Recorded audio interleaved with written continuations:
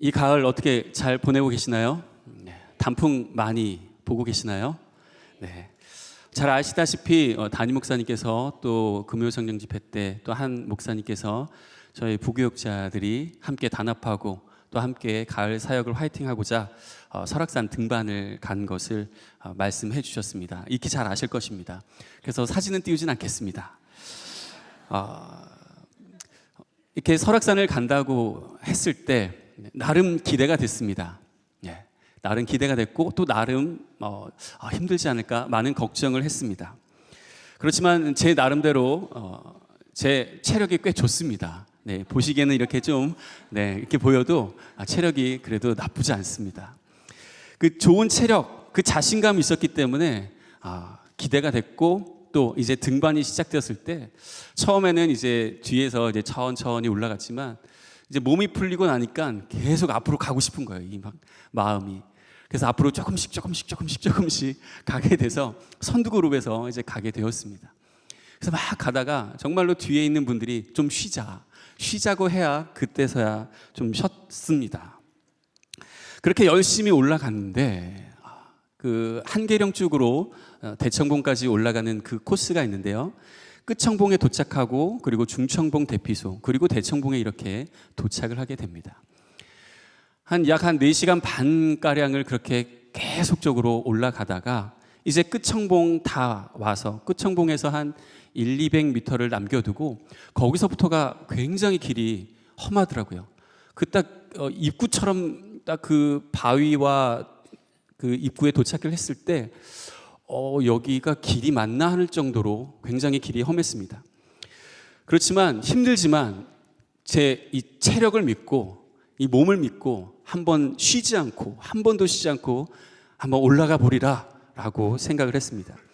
그래서 정말 쉬지 않고 약 한 200m 정도가 되는 것 같아요. 그런데 그 길이 정말로 험했습니다.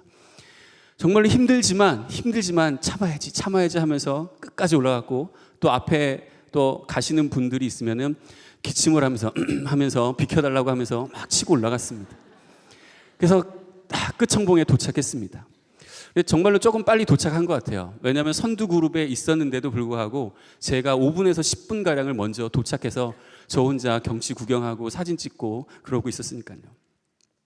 근데 문제는 거기서 있었던 것 같아요. 이제 끝청봉에서 중청봉 대피소로 이제 발길을 옮기려고 하는데 살짝 무릎이 이상한 거예요. 이상하다. 저 중청봉 대피소에서 라면 먹고 이제 좀 쉬었다가 올라가면 괜찮겠지라고 생각했습니다. 이제 거기서는 그나마 코스가 편합니다. 그래서 중청봉 대피소에서 라면을 먹고 그리고 이제 대청봉으로 올라가기 시작했습니다. 거기서까지도 별 문제가 없었는데 이제 내려가려고 하니까 무릎에 인대에 염증이 생겨서 무릎이 아프기 시작한 겁니다. 이 아픈 통증을 계속 참고 내려가야 되는데 정말로 내려가는 길이 정말로 발을 잘못 디디면 굴을 수 있는 그런 길이더라고요. 그래서 정말로 쉬지도 못하고 이 아픔을 빨리 잊고 싶어서 그냥 무조건 그냥 빨리 내려갔습니다. 이렇게 무릎이 아파서 굉장히 제 나름대로 화가 났습니다.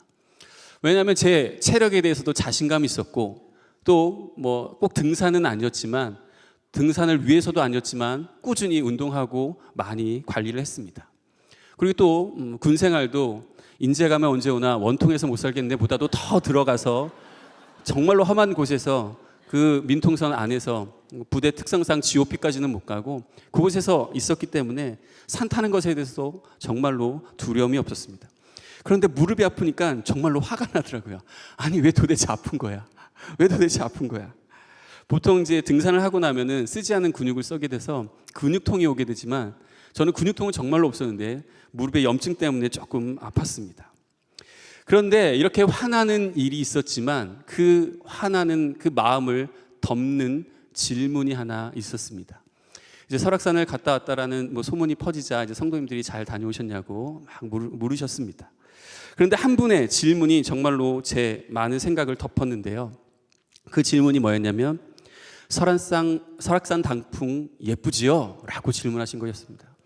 정말로 상식적이었고 당연히 등산 갔다 온 사람에게 더구나 가을에 산에 갔다 온 사람에게 물어볼 수 있는 말이지요. 그런데 제가 그 대답에 답을 하지 못했습니다. 그 질문에 답을 하지 못했습니다. 왜일까요? 기억이 나질 않습니다. 설악산 단풍이 기억이 나지 않습니다. 그 화려한 가을의 단풍이 기억이 나지 않는 거예요. 왜 기억이 나지 않을까요? 안 봤습니다. 아니요, 못 봤습니다. 제 마음 가운데는 그냥 목적지, 중청봉 대피소, 대청봉만 생각하고 그냥 무조건 땅만 보면서 갔던 것이죠. 그러니까 그 질문을 받자 제 머릿속에서 계속 떠오르는 것은 길에 있던 그 돌뿌리들, 그리고 또 언제 끝날지 모르는 그 높은 계단들, 그리고 꼬꾸라질 것 같은 그 정말로 경사가 가파른 그 내리막길, 그것만 제 기억 속에 있는 것입니다. 아름다운 산의 모습과 울긋불긋 그 단풍이 아닌 험한 길, 이리저리 피해 다녀야만 하는 그러한 길만 제 기억 속에 남았던 것이죠. 설악산의 경치는 보지 못하고 정말로 엉뚱한 것만 보고 엉뚱한 것만 생각하다가 엉뚱한 그 교만에 의해서 무릎만 아팠습니다. 오늘 말씀, 우리가 함께 읽은 말씀은 시편 8편 1절 말씀입니다. 그 말씀 가운데 시편 기자가 뭐라고 고백하나요? 여호와 우리 주여, 주의 이름이 온 땅에 어찌 그리 아름다운지요. 이 말이 무슨 말입니까? 주님께서 창조하시고 주님께서 역사하시고 함께 하신 그 모든 아름다움이 이곳에 다 있습니다 라고 고백하고 있습니다. 주님께서 창조하셨습니다. 주님께서 다스리고 계십니다. 이 창조하신 세계를 보십시오 라고 고백하고 있는 것이죠. 이 말씀은 또한 우리가 바라보는 이 창조물에만 있는 것이 아니라 또한 우리의 삶 가운데 바로 그 주님의 이름이 있다는 것입니다. 우리는 우리의 삶 가운데 역사하시고 함께 하시는 그 주님의 아름다움을 봐야 하는 것입니다. 우리는 그 주님의 아름다움을 바라보고 계십니까? 우리가 앞서 찬양했듯이 광야의 길을 만드시고 사막에 강을 만드신 그 하나님의 위대하심과 놀라우심을 우리가 목도하고 있습니까? 아니, 지금 나의 삶 속에 있는 그 주님의 아름다운, 또 우리 가정과 자녀들의 모습 속에 있는 그 주님의 아름다움, 또한 나의 직장과 사업터에 있는 그 아름다움,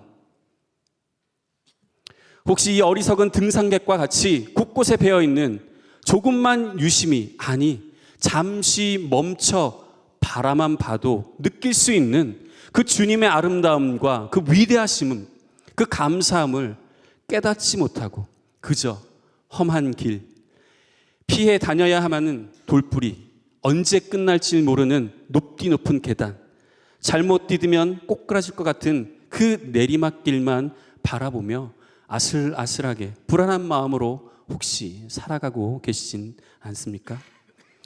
나의 주위엔 관심이 없고 오직 목적지를 향해 정신없이 땅만 바라보며 터벅터벅 걸어가고 있지는 않습니까? 영국의 육군 보병 장교인 짐 코벳이라는 사람이 있습니다. 바로 이 사람이시죠.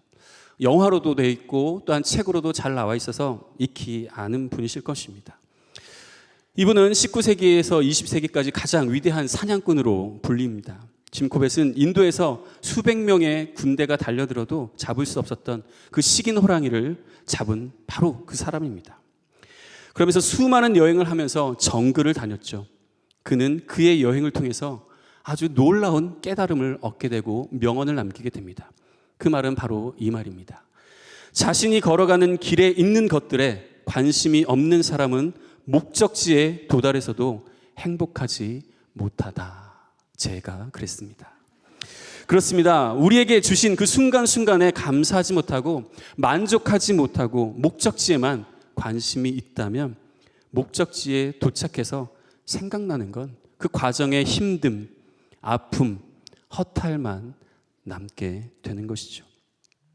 조금 늦게 목적지에 도착하더라도 여유를 가지고 잠시 쉼을 통해 주변을 돌아보시길 축복합니다. 또한 다른 믿음으로 함께하는 이 해민 스님도 바로 그 책 안에서 그 제목만 봐도 너무나도 잘 알 수 있습니다. 멈추면 비로소 보이는 것들이라는 책도 쓰지 않았습니까? 잠시 그곳에서 주님의 마음, 또한 주님의 아름다움을 바라보며 묵상하는 삶은 어떨까요? 한 시인의 글을 소개해드리며 말씀을 마치려고 합니다. 네, 띄워주시죠. 시인이 될 수 없다면 시가 되라는 말이 있다. 우리는 때때로 삶의 밀림을 통과해야 하며 맹수 사냥꾼이 되어야 한다.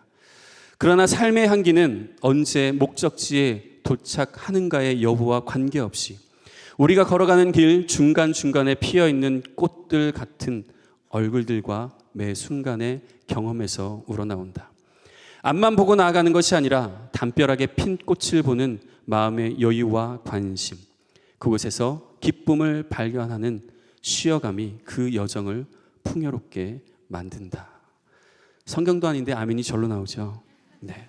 정신없이 목적지만 향해서 나아가는 우리의 인생이 아닌 우리의 눈을 들어 이 땅 가운데 충만한 그 여호와의 그 주님의 위대하심, 아름다움을 바라봐야 할 것입니다. 잠시 쉼을 통해 작고 작아 보이고 가치 없어 보이는 그 담벼락의 그 작은 꽃, 그 꽃을 바라보며 감사함 가운데 나아가는 우리 모두가 되길 주님의 이름으로 축복합니다. 그래서 정말로 좋은 게 있지 않습니까? 지난주인가요? 네, 첫째 주에 나눠드린 것, 감사 노트를 쓰십시오.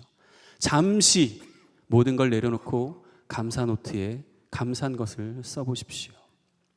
또한 특별히 오늘은 장수대학 발표회입니다. 우리 어르신들 70, 80평생 정말로 수고하셨습니다. 또 이 나라의 그 격변기와 그 전쟁과 많은 시간들을 정말로 잘 달려오셨습니다. 오히려 그랬기에 많은 또한 그 바쁨과 여유 없이 자녀들, 나라 그리고 교회를 위해서 얼마나 열심히 달려오셨습니까? 이제는 잠시 그 모든 건 내려놓고 그 주님의 아름다움을 바라보시며 감사와 찬양과 영광을 올려드리는 우리 어르신들 되길 축복합니다. 기도하도록 하겠습니다. 주님 감사합니다. 여호와 우리 주여, 주의 이름이 온 땅에 어찌 그리 아름다운지요. 그 주님께서 지으신 모든 것들을 우리가 바라보길 원합니다. 그 가운데서 우리는 감사를 찾고 찬양을 찾으며 예배 가운데 나가는 우리의 인생 되도록 복의 복을 더하여 주옵소서. 어리석은 목적지만을 바라보며 나가는 그러한 인생이 아니라 오직 하나님께서 지으신 모든 것들을 바라보며 그 가운데 기쁨이 넘치는 우리의 삶 될 수 있도록 인도하여 주옵소서. 주님께서 우리의 삶을 인도하시며 함께하여 주실 것을 믿으며 감사드리며 예수 그리스도의 이름으로 기도드립니다.